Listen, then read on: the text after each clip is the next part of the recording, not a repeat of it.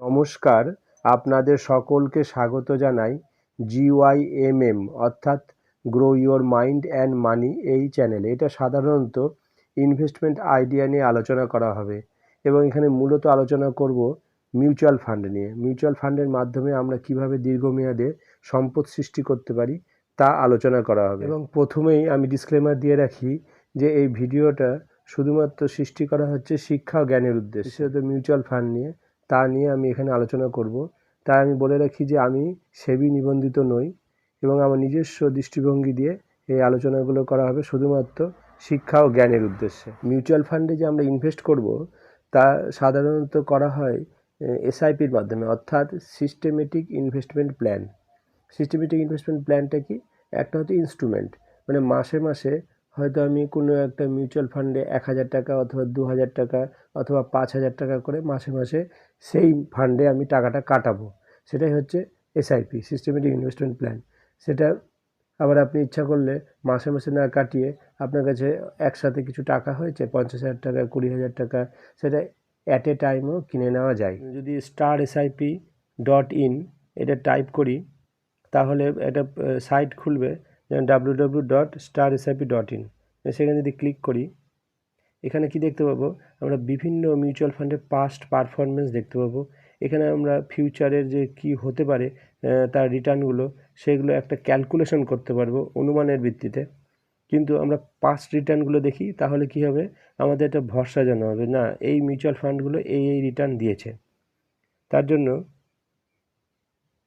আমরা এখানে ক্যালকুলেশন করি, যেমন হচ্ছে এখানে one time lump sum small cap calculation করা আছে। আমি স্মল ক্যাপের জায়গায় এটাকে লার্জ ক্যাপ করি। প্রথমে লার্জ ক্যাপের রিটার্নগুলো দেখি, লাস্ট 10 ইয়ার্স না, এখানে দেখি লাস্ট 15 ইয়ার্স, 15 বছরে কি রিটার্ন দিয়েছে। আর সিলেক্টেড অ্যামাউন্ট, কেউ যদি 10 লাখ টাকা ইনভেস্ট করে, আচ্ছা 10 লাখের জায়গায় এটাকে 1 লাখ করি। 1 লাখ টাকা কেউ যদি 15 বছর আগে ইনভেস্ট করে থাকতো, তাহলে লার্জ ক্যাপে কীরকম রিটার্ন দিয়েছে সেটা একটু দেখা যাক। যেমন প্রথম ফান্ডটা যেটা দেখাচ্ছে, সেখানে 14% রিটার্ন দিয়েছে। মিরে অ্যাসেট লার্জ ক্যাপ, আমি যদি এখানে রিটার্নের একটু ক্লিক করি, তাহলে সবচেয়ে কম রিটার্নটা উপরে আসলো, 9.71% রিটার্ন দিয়েছে। আর আরেকবার যদি ক্লিক করি রিটার্নের উপরে, তাহলে সবচেয়ে বেশি রিটার্ন দিচ্ছে 14.84%। এটা সিএজিআর রিটার্ন 15 বছর ধরে। তাহলে কি দেখাচ্ছে? 2009 সালে যে ইনভেস্ট করেছে আর 2024 সালে এসে এই ফান্ডের 1 লাখ টাকাটা দাঁড়িয়েছে 7,98,000, মানে প্রায় 8 লাখ। 1 লাখ টাকা দাঁড়িয়েছে 8 লাখ, অর্থাৎ এটা দাঁড়াচ্ছে মোটামুটি 8 গুণ। আচ্ছা, নেক্সট 1 লাখ টাকা দাঁড়িয়েছে 7,86,000। নেক্সট 1 লাখ টাকা দাঁড়িয়েছে 7,55,000। ফান্ডগুলোর নাম একবার দেখে নিই: Mirae Asset large cap, ICICI Prudential blue chip, Nippon multi cap, Nippon India large cap. তো এইভাবে ফান্ডগুলো, সবচেয়ে কম ফান্ড আমরা দেখলাম 9%, 9.71। তার থেকে একটু বেশি 10, এরকম করে 11 এলো লার্জ ক্যাপে। লার্জ ক্যাপ হচ্ছে অনেকটাই সেফ বলতে এই অর্থে যে এর উঠবে একটু কম, আবার মার্কেট যখন খুব নামবে তখন লার্জ ক্যাপ নামবে একটু কম। এবার আমরা যদি লার্জ ক্যাপের জায়গায় এবার আমরা সিলেক্ট করছি মিড ক্যাপ, এবং সেম ওখানে 1 লাখ টাকা কি দাঁড়াচ্ছে। 1 লাখ টাকা যদি আমরা সাবমিট করি, তাহলে দেখব। এবার রিটার্নের উপর আসি, রিটার্নের উপর এবার ক্লিক করলাম, এবার ক্লিক করি, তাহলে দেখাচ্ছে 20% রিটার্ন দিয়েছে লার্জ মিড ক্যাপে, এইচডিএফসি মিড ক্যাপ। তারপরে এডেলওয়াইজ মিড ক্যাপ দিয়েছে 19%। অর্থাৎ এখানে যদি দেখি 9 সাল থেকে 24 সালে 1 লাখ টাকাকে 15,76,000 করেছে। নেক্সট 15,27,000 করেছে, next 14 lakh, next 12,90,000, next 11 lakh, আচ্ছা, এখানে সবচেয়ে কম যদি দেখি তাহলে 14% রিটার্ন দিয়েছে, যেটা লার্জ ক্যাপে সবচেয়ে হাইয়েস্ট ছিল 14%, সেটা মিড ক্যাপে সবচেয়ে লোয়েস্ট হচ্ছে 14% লাস্ট 15 বছরে। মিড ক্যাপের রিটার্ন একটু বেশি লার্জ ক্যাপের থেকে, কারণ মিড ক্যাপে হচ্ছে ভোলাটিলিটি একটু বেশি হয়, অর্থাৎ এখানে মার্কেট পড়ার সাথে সাথে মিড ক্যাপের পতনটাও একটু বেশি হয়, আবার লার্জ যখন আবার মার্কেট বাড়বে তখন মিড ক্যাপ একটু দ্রুত বাড়বে। কিন্তু মনে রাখতে হবে লং টার্মে 10 বছর 12 বছর 15 বছরে এই রিস্কটা আর থাকে না, সেই রিস্কটা আস্তে আস্তে কমে যায়। এবং আপনি মনে রাখবেন আপনার FD, bank, post office, LIC থেকে সবচেয়ে বেশি রিটার্নগুলো আপনি মিউচুয়াল ফান্ডে পাচ্ছেন। আপনি ব্যাঙ্ক, পোস্ট অফিস, এলআইসিতে পাবেন 7%, 8%, 8.5%, 9%, এর থেকে বেশি আপনি পাচ্ছেন না।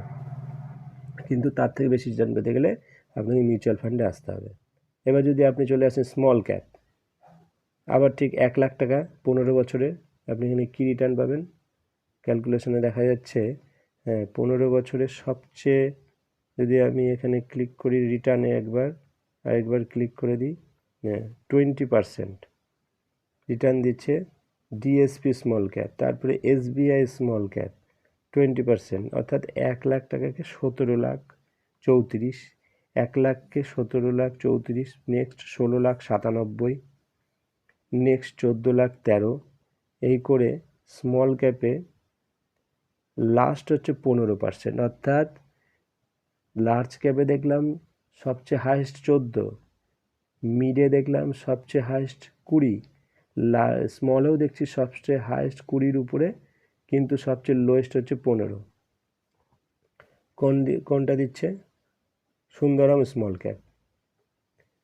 তাহলে স্মল ক্যাপের রিটার্নটাও বেশ ভালো, এবং এখানে মনে রাখতে হবে রিস্কটা স্মল ক্যাপে বেশি, ছোট কোম্পানিতে ইনভেস্ট হচ্ছে, তাহলে মার্কেট বাড়ার সাথে সাথে এটা খুব বেশি দ্রুত হারে বাড়বে, আবার মার্কেট পড়ার সাথে সাথে দ্রুত হারে কমবে। কিন্তু মনে রাখতে হবে লং টার্মে ভোলাটিলিটি ধীরে ধীরে ধীরে ধীরে কমে যায়। এবং এটা একটা, যদি আমার নিজস্ব ইনভেস্টমেন্ট দিয়ে আমি একটু বোঝানোর চেষ্টা করি, আমি একটা কনসলিডেটেড অ্যাকাউন্ট স্টেটমেন্ট এখানে ডাউনলোড করেছি। হ্যাঁ, ওটা হচ্ছে কে ফিনটেক আর ক্যাম্পস, দুপাশে দুটো দেখা যাচ্ছে লোগো। এদের আন্ডারে সব মিউচুয়াল ফান্ডের ট্রানজ্যাকশানগুলো হয়। এখানে আমার প্রথমে অ্যাড্রেসটা থাকবে, মেল আইডি থাকবে, যেটা আমি এখানে মুছে ফেলেছি। হ্যাঁ, বাকিটুকুটা আছে। এবার ধীরে ধীরে আমি যদি মিউচুয়াল ফান্ডের নিচের দিকে নামি, তাহলে এখানে দেখতে পাবো Nippon India mutual fund. Nippon India mutual ফান্ডে আমার ইনভেস্ট ছিল, এটা হচ্ছে small cap, Nippon India small cap fund, growth অপশনে এটা আমার ইনভেস্ট করা আছে। কত সালে শুরু করেছিলাম? 2011 সালে ফেব্রুয়ারি মাসে আমি মাত্র 500 টাকা দিয়ে ইনভেস্ট করেছি, অর্থাৎ এটা এসআইপির মাধ্যমে, মানে মাসে মাসে আমি 500 টাকা করে এই ফান্ডে ইনভেস্ট করব। সেই সময় এই ফান্ডের এনএভি চলছিল মাত্র 9 টাকা, 9.0991, এবং এর তখন যেহেতু এনএভি 9 টাকা ছিল, তাহলে আমি 500 দিয়ে যদি 9 দিয়ে যদি 500কে ভাগ করি, তাহলে 54.95 হচ্ছে আমার ইউনিট। এই ইউনিট প্রথম মাসে পেলাম 54.95, দ্বিতীয় মাসে আবার 500 টাকা কাটলো, তখন এনএভি 9.7 ছিল, এবং আমি ইউনিট পেলাম 51.08, তাহলে 51 প্লাস 54 হচ্ছে 106, পরের মাসে ইউনিট হলো। নেক্সট আবার এনএভিটা 9.9 হলো, এনএভি আস্তে আস্তে বাড়ছে, ইউনিটটা কমছে, ইউনিট পেলাম 50, তাহলে 50 যোগ হলো 106-এর সাথে, তাহলে হলো 156। এনএভি কিন্তু কমে যাচ্ছে, মানে মার্কেট ধীরে ধীরে পড়ছে। এনএভি কত হলো? 7.67। এটা এইভাবে করতে করতে আমার ইউনিট কিন্তু শেষের কলামটা দেখা যায়, তাহলে ইউনিট আমার যোগ হচ্ছে। আমি মাত্র 500 টাকা করে ইনভেস্ট করেছি 2011 সাল থেকে। 11 সাল থেকে চলতে চলতে 14 সালে গিয়ে আমি আবার ফেব্রুয়ারি মাসে ওটাকে 1000 করলাম, মানে মাসে মাসে 1000 করে কাটবে। তখন এনএভিটা খেয়াল করুন, 11, তখন এনএভি হয়েছে 11.71। 10-এ শুরু করেছিলাম, 7-এ নামলো, আর এনএভি চলছে আবার গিয়ে কত সালে? 14 সালে। মানে 11 থেকে শুরু করেছি, 12, 13, 14, 3 বছরে এনএভি মাত্র বেড়েছে 1.71, মাত্র 10 থেকে বেড়েছে 11.71, মাত্র এতটুকু বেড়েছে। অর্থাৎ আমার রিটার্ন কিন্তু কিছুই হয়নি 3 বছরে। তারপরে চললো এই 14 সাল থেকে 1000 1000 1000 1000 করতে করতে আবার আমি 19 সালে 15, 16, 17, 18, 19, প্রায় 5 বছর পরে আবার সেটাকে আমি আরেকটা 1000 বাড়ালাম। এই যে 21 তারিখে একটা 1000 কাটলো, আর আগে যেমন 10 তারিখে কাটছিল সেটা 61তম ইনস্টলমেন্ট হয়েছে, আর এটা এক ইনস্টলমেন্ট কাটলো, এটা 1000-এর 2000। এই সময় যদি দেখা যায় এনএভি হয়েছে 39, 10 টাকার এনএভিটা কিন্তু 39, অর্থাৎ 40, মানে 4 গুণ হয়ে গেছে। কত সালে এসে? 19 সালে এসে। শুরু করেছিলাম 11তে, 8 বছরে 4 গুণ হয়ে গেল। 8 বছরে টাকা কিন্তু 4 গুণের কাছাকাছি। আবার দেখি এই 19 সালের পর থেকে কি হচ্ছে। চলছে আমার 2000 করে 19 সাল থেকে। 19 সালে চলতে চলতে দেখুন 21 সালে, এবার 21, 22 সাল, 23 সাল, এইখানে এসে আমি আরেকটা এসআইপি অ্যাড করলাম, মানে আরও 1000 টাকার বাড়ালাম। 2000 ছিল আর 1000 করলাম, অর্থাৎ 3000 হলো। যেমন দেখা যাচ্ছে যে 10 তারিখে একটা কাটছে, 23 তারিখের দিকে একটা কাটছে, যেটা 51তম ইনস্টলমেন্ট চলছে, আর 10 তারিখে 110তম ইনস্টলমেন্ট, আর এখানে 28 তারিখে আরেকটা অ্যাড হলো, যেটা 1 নম্বর দিয়ে শুরু হলো। এই যে 999.95, এটা 3টে কাটলো এই মাসে, অর্থাৎ মার্চ 2023-এ। এই সময় যদি খেয়াল করা যায় এনএভি কিন্তু হয়ে গেছে 90, 10 টাকার এনএভি 90, মানে 9 গুণ হয়ে গেল। কেউ যদি 1 লাখ টাকা ইনভেস্ট করতো তাহলে 9 লাখ টাকা হয়ে যেত 23 সালে এসে। 11 থেকে 23, প্রায় 12 বছর। এবার দেখা যাক আমার কিন্তু এবার ইনভেস্টমেন্ট 3000 চলছে, 500 থেকে শুরু করেছিলাম। এইবার আমি 2024 সালের আমি এটা আগস্টের নিয়েছি, 30 তারিখের এটা আমার রিটার্ন ক্যালকুলেশন করা হয়েছে। দেখেন এনএভি কত দাঁড়িয়েছে, 179। ইউনিট কত পাচ্ছি আমি? মাত্র 5 পাচ্ছি ইউনিট, 1000-এ। আগের ইনস্টলমেন্টের 1000-এ 5 পেয়েছি, আগের ইনস্টলমেন্টে 1000-এ 5 পেয়েছি। তাহলে এই ইনস্টলমেন্টগুলো, ইউনিটগুলো যোগ হয়ে লাস্টে আমার 6428 ইউনিট আছে। আর এনএভি কত আছে? এনএভি হচ্ছে 179। এবার এটা দিয়ে গুণ করলে আমার রিটার্ন দাঁড়াচ্ছে 11,57,000। আমার ইনভেস্টমেন্ট কত? কস্ট ভ্যালু 2,30,000, 2,30,000 দাঁড়িয়েছে 11,57,000-তে। তার মানে কি, আমি 500 টাকা শুরু করলাম, সেটা 3 বছর পর 1000 করলাম, তারপরে আবার 5 বছর পর 2000 করলাম, তারপরে আবার 3 বছর পর সেটাকে 3000 করলাম। এইভাবে 11 সাল থেকে 24 সাল, 11 থেকে 21, 22, 23, 24, 13 বছর। 13 বছরে আমার 2,30,000 হলো 11,57,000। কীভাবে ধৈর্য ধরলে রিটার্ন হয় সেটা আমরা এই ইনভেস্টমেন্ট থেকে বুঝতে পারছি। এখানে দেখুন পোর্টফোলিও উপরে সামারাইজ করে দিয়ে দেয়। এখানে 2,30,000 আমার কস্ট ভ্যালু, আর মার্কেট ভ্যালু 11,57,000। বর্তমানে এটা একটু কমে গেছে, যেহেতু মার্কেটটা একটু ফল করেছে। তাও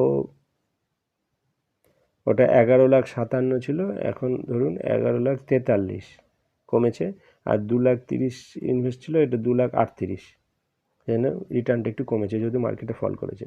কিন্তু ধৈর্য ধরে থাকলে এই রিটার্ন ধীরে ধীরে মার্কেট যখন বাড়বে, এই 11 লাখ টাকা আমার ধীরে ধীরে 13 লাখ যাবে, 15 লাখ যাবে, 18 লাখ যাবে, 20 লাখ যাবে। এবং কম্পাউন্ডিংয়ের যে এফেক্টটা ঢুকে যাবে এখানে, এটা একটা জিনিস মনে রাখতে হবে, কম্পাউন্ডিংয়ের এফেক্ট। এটা আমি পরে আলোচনা করবো আরও বিশদভাবে।